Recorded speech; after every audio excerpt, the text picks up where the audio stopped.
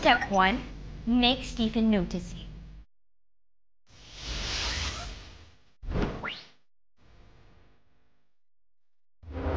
Step 2, differentiate yourself from other girls.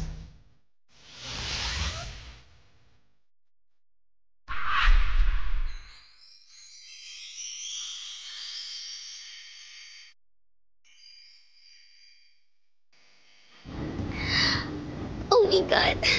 Bakit ako? Because you're different. Ikaw talaga? You're so bolero. Step 3, get an invite for a date. Can I take you out on a date? Pag-isipan ko ha. Wait lang. Okay, let's go! Step 4, make the said date memorable. Guess you'll stay with me forever. Aww. Step 5, make him take you seriously. I love you. Step 6, make sure he's dating you exclusively. I'm yours and you are mine. Walang others? Walang others.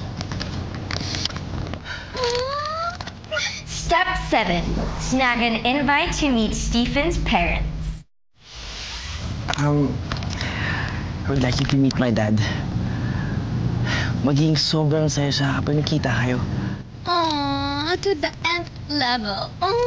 Step 8, get a kiss.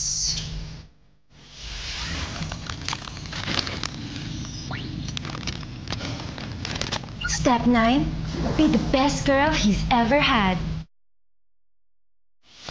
Meron ako para sa'yo. Talaga? Talaga para sa akin to? Nami, alam mo, ikaw lang at tanging ikaw lang gumawa sa akin ito. Step 10, break Stephen's heart.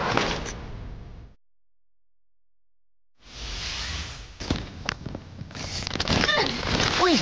Uy! Uy! Teka lang! Uy! Wag! Wag! Uy, wag! Ano, sabihin mo maingat talaga ako sa'yo, loko ka? Yan ang bagay sa'yo. Akala mo deserve mong mahalin, ha? Aray! Aray!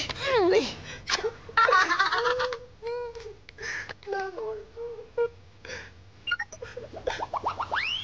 So ano, kaya ba?